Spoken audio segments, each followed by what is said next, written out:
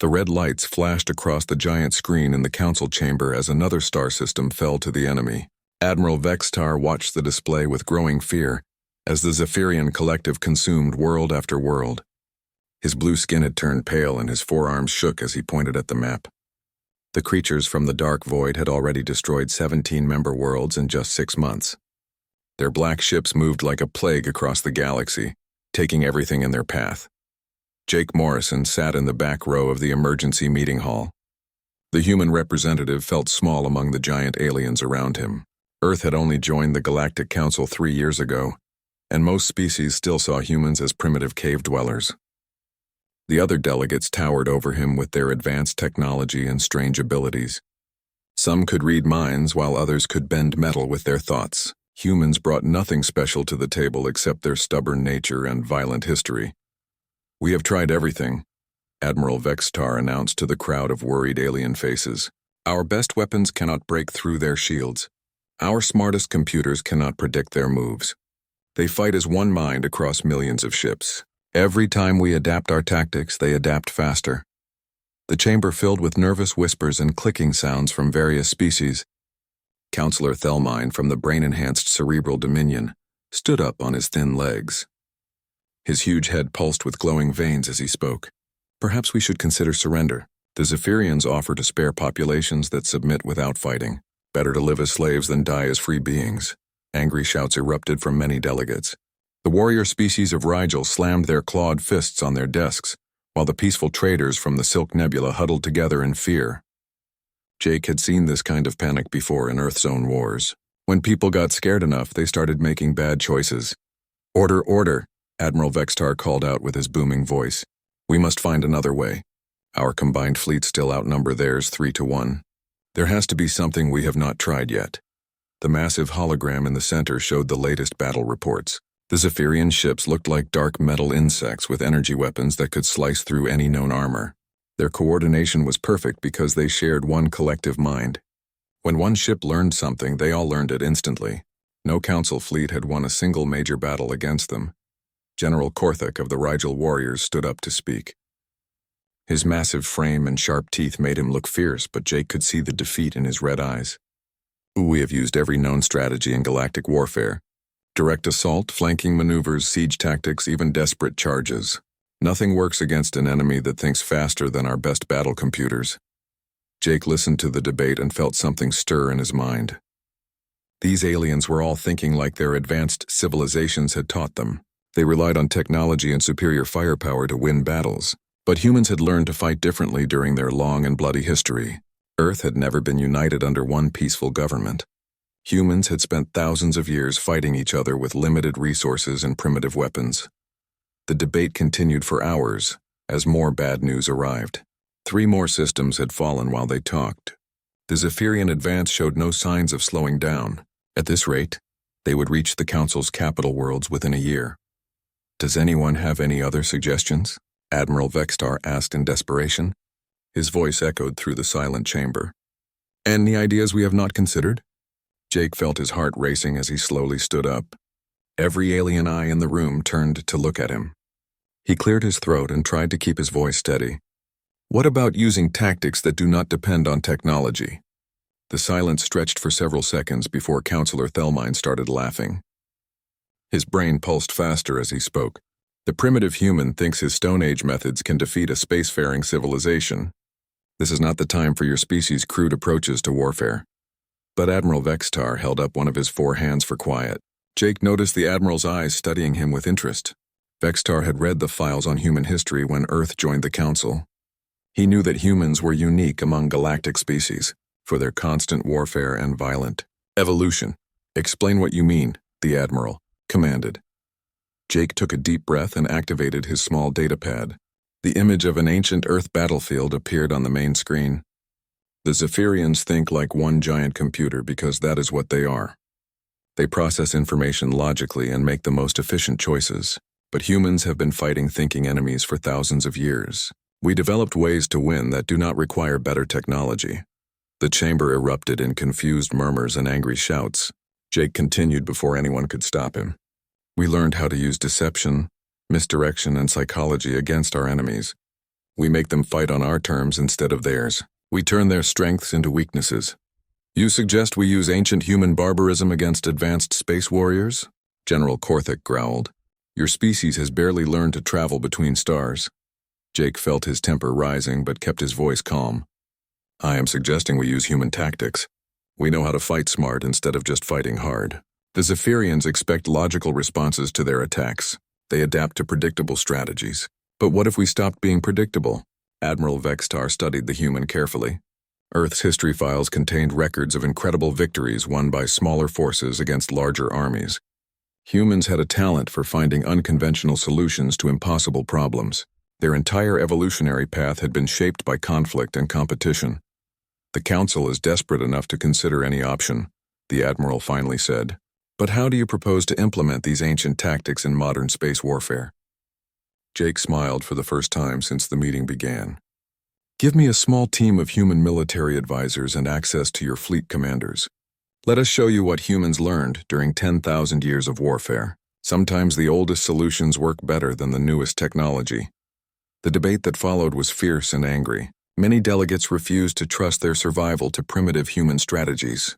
But as the reports of 3 more fallen systems arrived during their discussion, fear won over pride. The Council voted by a narrow margin to authorize Jake's plan.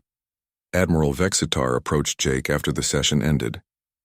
You have 1 month to prove your methods can work. If you fail, we will have no choice but to consider surrender. The survival of 18 different species now depends on your ancient human tactics. Jake nodded grimly as he looked at the red zones spreading across the galaxy map. Earth's violent history was about to become the galaxy's only hope for survival. Colonel Lisa Barnes stepped off the transport ship onto Kepler Station, feeling the weight of 18 species' survival on her shoulders. The massive space station served as the Council's military headquarters and buzzed with activity as alien officers rushed between meetings. Lisa had brought 5 of Earth's best military historians and tactical specialists with her. Each human carried files containing thousands of years of warfare knowledge that might save the galaxy. The first strategy meeting took place in a conference room designed for beings much larger than humans. Lisa had to stand on a platform just to see over the table where alien generals and admirals gathered. Their faces showed everything from curiosity to open contempt as they studied the small human delegation. General Korthak of the Rigel warriors was the first to speak. His massive frame and sharp claws made him look like a living weapon. These primitives think they can solve what our greatest military minds cannot. Their entire species has barely mastered space travel while we have been fighting stellar wars for millennia.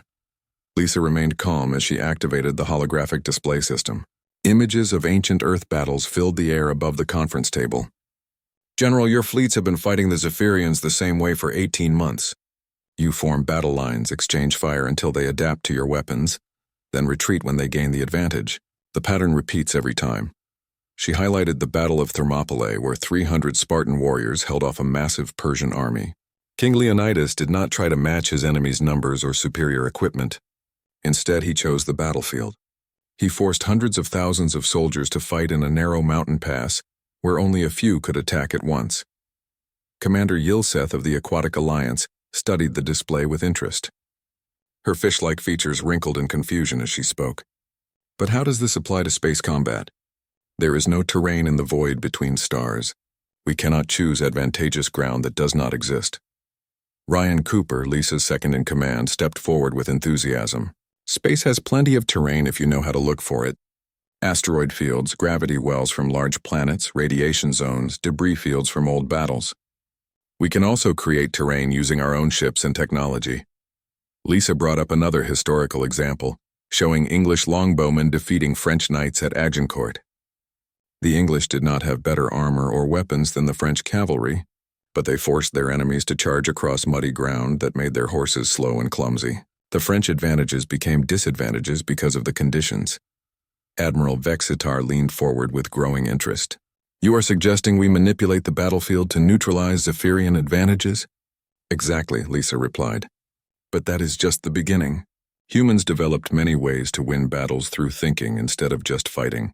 We learned deception, misdirection, false retreats, ambush tactics, and psychological warfare.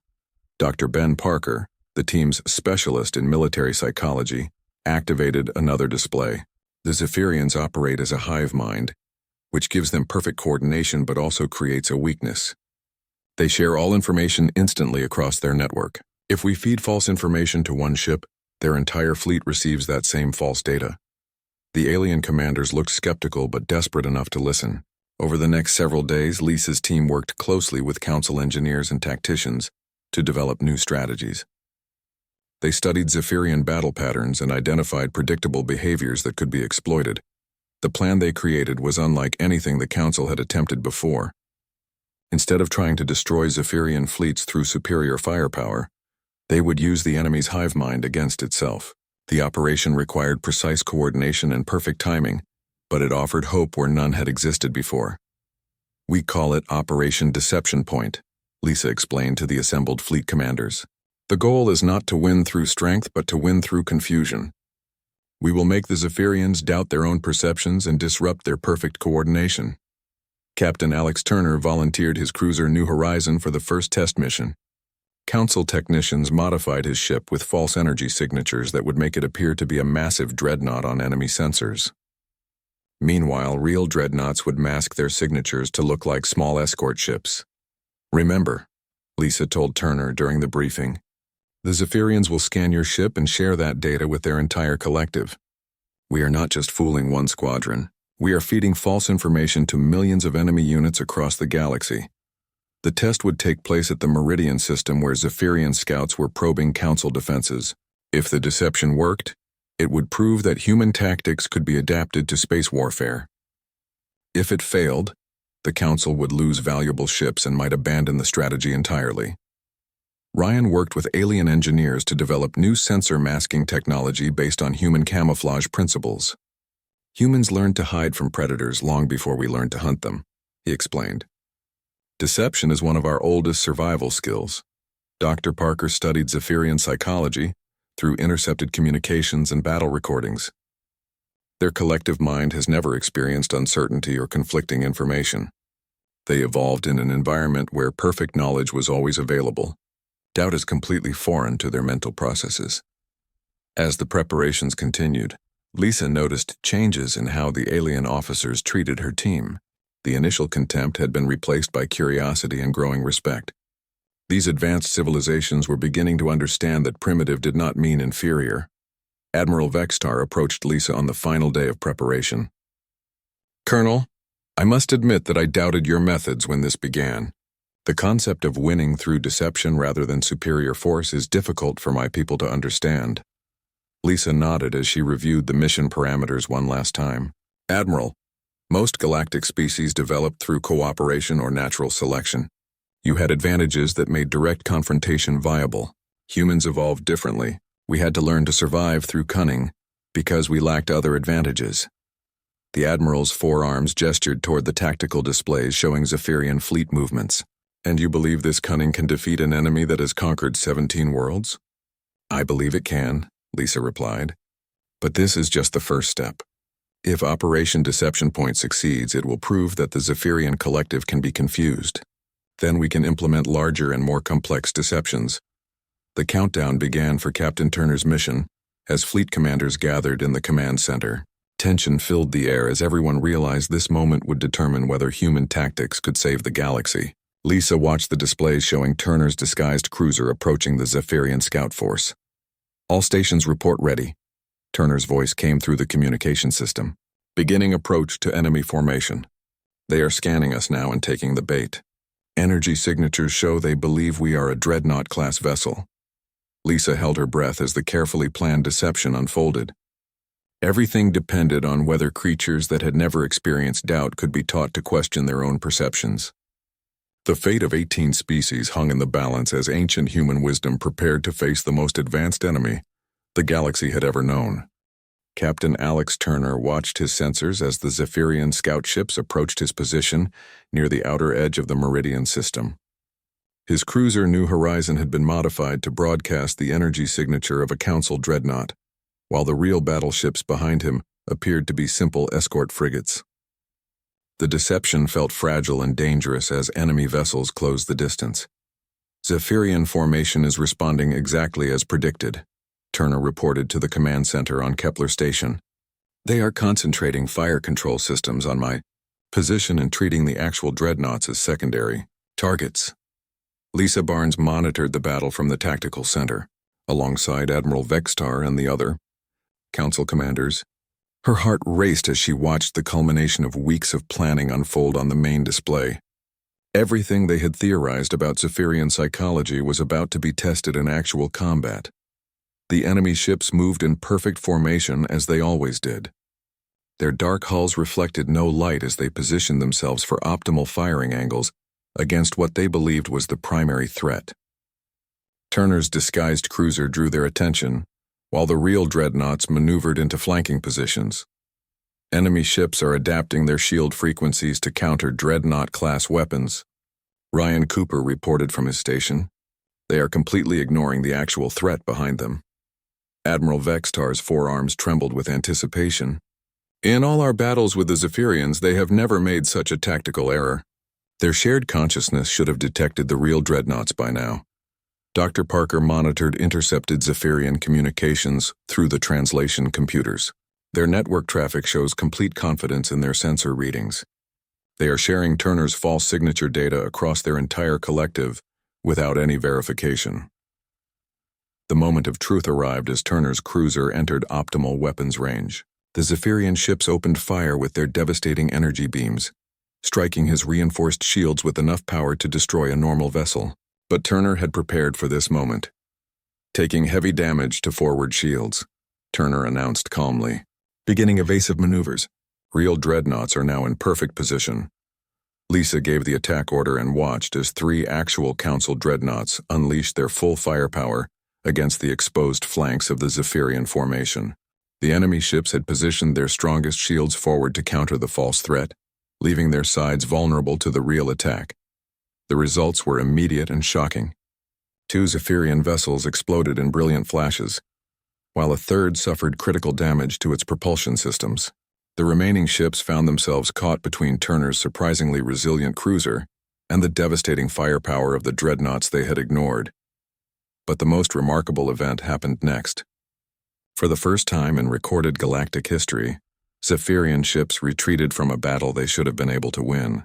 Their perfect coordination wavered as they processed information that contradicted their fundamental understanding of reality. "They are withdrawing," Admiral Vextar whispered in amazement. "The collective mind is confused by what just occurred. Their network traffic shows uncertainty and requests for verification." Lisa felt a surge of hope mixed with caution. "This proves the concept works, but we cannot celebrate yet. We have just taught their collective that their sensors can lie to them. Now they will be more careful and suspicious." Dr. Parker studied the retreating enemy formation with fascination. "Look at their movement patterns. They are no longer maintaining perfect coordination. Some ships are double-checking sensor readings while others are requesting confirmation of orders. We have introduced doubt into a mind that has never experienced uncertainty." The success at Meridian System opened new possibilities for the Council fleet. Over the following weeks, human advisors worked with alien commanders to implement increasingly sophisticated deception tactics. Each operation built upon lessons learned from Earth's long history of warfare. Operation Mirror. Strike used holographic projections to create false fleet concentrations that drew Zephyrian forces away from their real objectives. The enemy collective spent enormous resources attacking Phantom armies while Council ships struck their undefended supply lines. Captain Helen Price led a daring raid on the Zephyrian fuel depot at Sigma Station using tactics adapted from ancient Earth cavalry charges. Her squadron approached at maximum speed while broadcasting engine signatures from much larger ships. The enemy prepared for a massive assault that never came as Price's small force destroyed their supplies and escaped before reinforcements arrived. The psychological impact of these victories rippled through the Zephyrian collective consciousness. Their perfect unity began developing cracks as different nodes questioned the reliability of sensory data. Some units started requesting verification of orders while others delayed responses to cross-check information. Ryan Cooper worked with Council engineers to develop new ways of creating false sensor readings. "The key is making each deception unique," he explained during a planning session. "We cannot repeat the same trick twice or they will learn to recognize it." Lisa studied intelligence reports showing changes in Zephyrian behavior patterns. They are becoming paranoid about their own perceptions. Units are spending more time verifying data and less time responding to threats. Their greatest strength is becoming a weakness. The strategy entered its next phase as human advisors began training Council special forces in what they called impossible missions. These operations succeeded despite appearing certain to fail by using principles of misdirection and psychological manipulation that Earth's warriors had perfected over millennia. Commander Nina Foster led a defense of the mining colonies in the Forge Nebula using tactics inspired by the Battle of Rorke's Drift. Her small garrison created the illusion of a massive defensive position while secretly evacuating civilians through hidden routes. When Zephyrian assault forces breached the outer defenses, they found themselves fighting automated systems and empty buildings. The discovery that they had been attacking decoys while the real population escaped dealt another psychological blow to the collective mind. Zephyrian communications showed increasing confusion and requests for verification of intelligence data. Admiral Vextar observed these changes with growing amazement. Their response times have increased by 30% across all engagements. The collective is second-guessing itself constantly. How is this possible? Lisa explained the psychological principle behind their success. Humans call it the fog of war. In any conflict, information becomes incomplete and unreliable. Our commanders learn to make decisions despite uncertainty. But the Zephyrians never developed that ability because they never needed it. Dr. Parker added his analysis of the enemy's mental state. Perfect information was always their advantage. Now we are forcing them to operate with incomplete data, and they do not know how to adapt. Every false reading makes them question all their readings. The human strategy continued to evolve as more council commanders embraced these unconventional tactics. False retreats led enemy formations into carefully prepared ambushes. Feints drew forces away from real objectives. Misinformation campaigns made the Zephyrians doubt their own intelligence networks. But Lisa knew the most dangerous phase lay ahead. The enemy collective was learning to adapt to uncertainty, and their technological advantages remained unchanged. The humans had bought time and disrupted enemy coordination. But winning the war would require an even more audacious plan. We have proven that ancient human tactics can work in space warfare, she told Jake Morrison, during a secure communication with Earth. But the Zephyrians are beginning to compensate for their new uncertainty. Phase 3 will require everything our species has learned about psychological warfare. Jake's response carried the weight of Earth's violent history. Then it is time to show the galaxy what humans do best. We are going to teach the Zephyrian collective to fear its own shadow. Dr. Elena Martinez stared at the streams of intercepted Zephyrian communications flowing across her screens in the intelligence center on Kepler Station.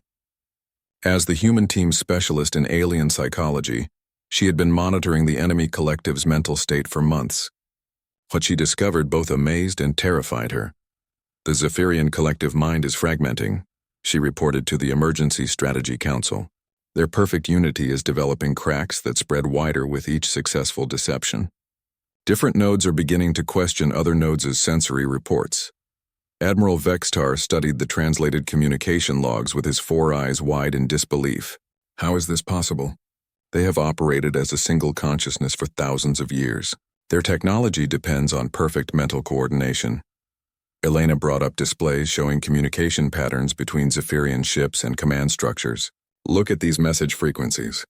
Before our campaign began, orders were transmitted once and followed immediately. Now we see multiple verification requests, cross-checking protocols, and delayed responses. Lisa Barnes examined the data with growing excitement. We have introduced something completely foreign to their evolution. The concept of unreliable information is like a virus spreading through their shared consciousness. The human strategy had evolved beyond simple battlefield deceptions into what Dr. Parker called psychological warfare on a species-wide scale. Every false sensor reading and tactical misdirection accumulated in the collective memory, making the Zephyrians doubt not just current data, but all historical information. Ryan Cooper presented analysis of recent enemy behavior to the Council commanders. Their response times have increased by 40% since we began operations. Some units are requesting verification of basic navigation data. They are becoming paralyzed by uncertainty. General Korthak of the Rigel warriors struggled to understand the concept, but they still possess superior technology and overwhelming numbers. How can mere confusion defeat such advantages?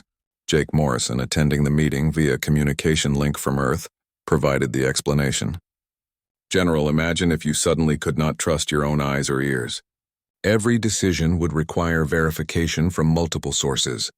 Simple actions would become complex processes. That is what we have done to the Zephyrian Collective.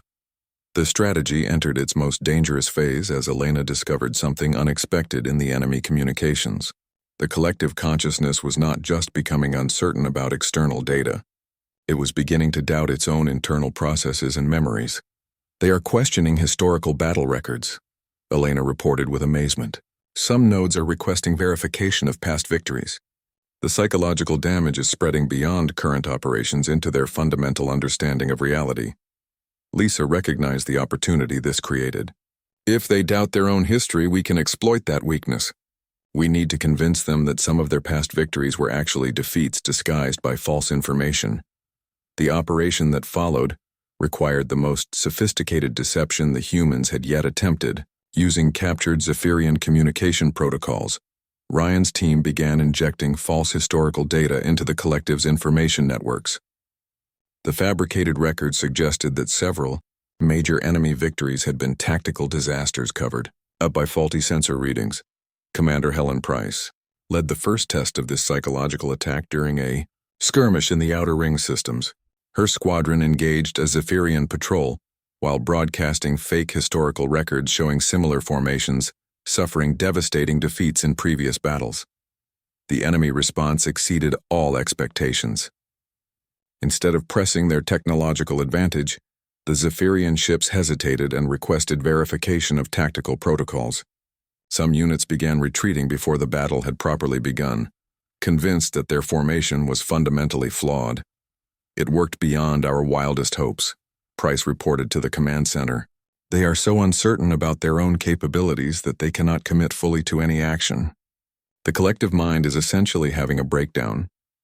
Dr. Parker monitored the psychological impact through intercepted communications. Different nodes are now arguing with each other about the reliability of sensory data. Some are demanding multiple confirmation of orders while others are refusing to share information they consider unreliable. The fracturing of the collective consciousness created opportunities for more conventional military actions. Council fleets began winning engagements not through superior tactics, but because Zephyrian forces could no longer coordinate effectively. Their perfect unity had become a chaotic mess of conflicting information and mutual suspicion. Admiral Vextar observed these changes with a mixture of admiration and concern. The humans have achieved something we thought impossible. They have turned the enemy's greatest strength into their fatal weakness. But what happens when this psychological war ends? Elena had been studying that exact question through her analysis of Zephyrian mental patterns. The collective is adapting slowly to operate with uncertainty, but the process is traumatic for a species that evolved with perfect information. Some nodes are developing what humans would recognize as anxiety disorders. Lisa felt both pride and responsibility as she watched the psychological campaign succeed beyond their original goals. We wanted to disrupt their coordination temporarily. Instead, we may have permanently changed how their species thinks and operates. The most dramatic demonstration of the collective's mental fragmentation came during the Battle of Proxima Junction. A massive Zephyrian fleet engaged Council forces, but spent more time requesting verification of sensor data than actually fighting. Different nodes of their collective began issuing contradictory orders, leading to chaos in their formations. Captain Alex Turner, now commanding a squadron of modified ships, exploited this confusion by feeding multiple false sensor readings simultaneously. They cannot decide which threat is real, he reported. Half their fleet is responding to phantom enemies while the other half is paralyzed by conflicting information. The battle ended with Zephyrian forces retreating despite overwhelming numerical and technological superiority. Their collective mind had become so fragmented that unified action was nearly impossible. The psychological victory sent shockwaves through both the Council and enemy territories. Ryan studied the aftermath with careful attention to enemy adaptation patterns. They are trying to develop new protocols for operating with unreliable information, but the process is slow and painful. Every attempt to create verification systems creates new opportunities for deception. Elena discovered an unexpected side effect of the psychological campaign in recent communication intercepts. Some Zephyrian nodes are beginning to question fundamental aspects of their collective consciousness. They are asking whether individual thinking might be superior to shared awareness. The implications of this development staggered the human team. They had not just disrupted enemy coordination, but had introduced philosophical concepts that challenged the basic nature of Zephyrian existence. The collective consciousness that had dominated the galaxy for millennia was learning to doubt itself. Dr. Parker warned about the potential consequences of their success. We are witnessing the breakdown of an entire species' mental structure. The long-term effects could be catastrophic for their civilization, but Jake Morrison from Earth provided the strategic perspective they needed. Our job is to stop them from destroying 18 other species. If they survive this psychological transformation, they might become better beings. If they do not, that is the price of their aggression. As the campaign continued, the Zephyrian collective began showing signs of complete mental collapse. Communication between nodes became erratic and contradictory. Fleet movements lost all coordination. The perfect unity that had made them unstoppable was dissolving into chaos and madness. Lisa prepared for the final phase of the human strategy as reports arrived of massive Zephyrian reinforcements heading toward the Council's capital system. They are gathering everything they have left for one desperate assault. This will be our chance to end the war completely.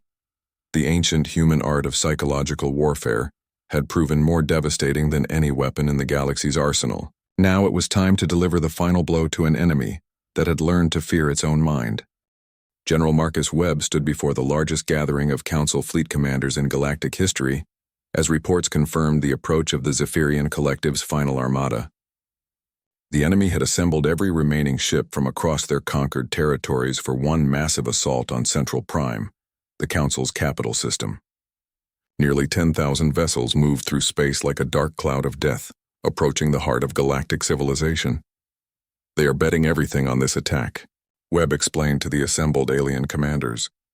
Their collective consciousness has been so damaged by our psychological warfare that they can no longer function as a coordinated military force. This final assault represents their attempt to win through overwhelming numbers before their unity collapses completely. Admiral Vextar studied the tactical displays showing the massive enemy formation. Our combined fleets number only 3,000 ships. Even with their reduced coordination, the Zephyrians still possess superior technology and firepower. How do you propose we overcome such odds? Webb smiled with the confidence of a species that had spent millennia turning desperate situations into victories. We are not going to fight them, Admiral. We are going to make them fight themselves. Operation Chaos Theory will use everything we have learned about their psychology to create a battle scenario where their own responses become unpredictable to their collective mind. Lisa Barnes and her team had spent months preparing for this moment. Every successful deception, every psychological insight, every weakness they had discovered in the Zephyrian collective had been incorporated into the most ambitious military operation in galactic history. The plan requires perfect timing and coordination, Lisa explained to the fleet commanders. We will create multiple false realities simultaneously, each one designed to trigger different responses from different nodes of their collective consciousness. Ryan Cooper activated the holographic display, showing the complex web of deceptions they had prepared. Phantom fleets, sensor ghosts, false reinforcements, fake retreat orders, and coordinated misinformation will create a tactical situation so confusing that different parts of the collective will receive contradictory information. Dr. Elena Martinez provided the psychological framework that made the plan possible. The Zephyrian collective has been operating with damaged unity for months. Their nodes no longer trust each other completely. When we flood them with conflicting data, some will believe one version of reality, while others believe something completely different. The first phase began as the enemy armada entered the outer edge of the Central Prime system. Captain Nina Foster commanded, The real Council battle fleet hidden behind the gas giant's largest moon, while dozens of holographic projections created the illusion of massive defensive formations throughout the system. Zephyrian scouts are reporting Council fleet strength at over 15,000 vessels. Foster reported from her concealed position. They are seeing our phantom projections as real ships and adjusting their attack formations accordingly. Webb monitored the enemy response from the command center on Central Prime's orbital station. Perfect. Different nodes of their collective are receiving different sensor readings. Some see a massive defensive fleet, while others detect what appear to be evacuation convoys fleeing the system. The psychological trap began, closing as Captain Alex Turner led a squadron of specially modified ships broadcasting the energy signatures of ancient superweapons that existed only in Zephyrian historical records. The collective's damaged memory centers could not determine whether these legendary weapons were real or imaginary. Enemy formations are showing signs of confusion. Dr. Parker reported from his monitoring station. Some nodes are reporting the presence of weapons that were destroyed centuries ago, while others are detecting phantom reinforcements arriving from every direction. The most brilliant aspect of Operation Chaos Theory was its use of the Zephyrians' own adaptation protocols against them. Every time the collective tried to verify conflicting information, the humans fed them additional false data that contradicted their verification attempts. Commander Helen Price led a coordinated misinformation campaign from multiple points around the system. We are broadcasting false retreat orders, fake victory announcements, and contradictory tactical updates on all Zephyrian communication frequencies. Their network traffic is completely overloaded with conflicting reports. The breaking point came when different nodes of the collective began acting on incompatible information. Some Zephyrian formations attacked positions where they believed Council fleets were concentrated, while others retreated from areas they thought were heavily defended. The perfect coordination that had made them unstoppable dissolved into chaos. They are firing on each other, Foster reported in amazement from her hidden position. Zephyrian ships are engaging other Zephyrian ships because their collective cannot determine which sensor readings are accurate. Elena watched the enemy communication networks collapse under the weight of contradictory information. The collective consciousness is experiencing what humans would call a complete nervous breakdown. Different nodes are not just disagreeing about tactical data, they are questioning whether other nodes even exist. Webb gave the order for the final phase as the Zephyrian armada descended into complete disorder. All real Council units begin the actual attack. Target their command ships while their collective is paralyzed by internal confusion. The battle that followed was unlike anything in galactic military history. Foster's hidden fleet emerged from behind the gas giant to attack an enemy force that was already destroying itself through friendly fire and contradictory orders. Zephyrian ships that should have been coordinating their defense instead fought phantom enemies that existed only in their damaged collective consciousness. Captain Turner's squadron exploited the chaos by broadcasting false surrender signals from various Zephyrian units. Half their fleet thinks the other half has surrendered, he reported. They are demanding verification of surrender orders that we are generating in real time. The psychological victory was complete when the Zephyrian collective began experiencing what could only be described as species-wide insanity. Some nodes insisted that the battle was already over, while others believed they were fighting an entirely different enemy. The shared consciousness that had conquered 17 worlds could no longer distinguish between reality and illusion. Admiral Vextar watched in stunned silence as the most powerful military force in galactic history collapsed without suffering. A single coordinated attack from Council forces. They are retreating from a battle they should have won easily. Their technology remains superior, but their ability to use it has been completely destroyed. The retreat became a rout as Zephyrian ships fled the system in random directions. Their collective minds shattered beyond repair. Webb studied the sensor readings with satisfaction, mixed with concern for the implications of their victory. We have achieved something unprecedented, Webb announced to the Council fleet. We have defeated a technologically superior enemy through psychological warfare alone. But we have also witnessed the destruction of an entire species' mental structure. Lisa monitored the aftermath as scattered Zephyrian forces wandered aimlessly through space, their collective consciousness too damaged to provide coherent orders. The question now is whether they can survive as a species without their unified mind. We may have saved the galaxy by accidentally destroying our enemy's sanity. Ryan received reports from across Zephyrian territory showing similar breakdowns in their remaining forces. Their entire civilization is experiencing the same psychological collapse. Billions of beings who have never thought as individuals are suddenly cut off from their collective consciousness. Dr. Martinez made an unexpected discovery in the weeks following the battle. Some Zephyrian nodes are beginning to develop individual awareness. They are learning to think independently for the first time in their species' history. The psychological damage we inflicted may actually represent evolution rather than destruction. Jake Morrison arrived from Earth to witness the transformation of the galaxy's most feared enemy into confused refugees seeking help from the very species they had tried to conquer. Perhaps we have given them something more valuable than victory. We have given them the possibility of becoming more than they were. The war ended not with conquest, but with an offer of rehabilitation. The Council established programs to help individual Zephyrians adapt to independent thought, while their former collective territories were placed under protective custody. The species that had once threatened the galaxy became its newest members, learning democracy and individual freedom from the beings they had sought to destroy. Admiral Vextar reflected on the human contribution during the victory celebration on Central Prime. Your species taught us that sometimes the most advanced solution is also the most ancient one. Wisdom does not always come from technology, but from understanding the nature of conflict itself. Webb smiled as he watched former enemies working alongside Council species to rebuild the damage their collective had caused. Humans learned these lessons through 10,000 years of warfare. Perhaps the galaxy can learn them more peacefully through our example.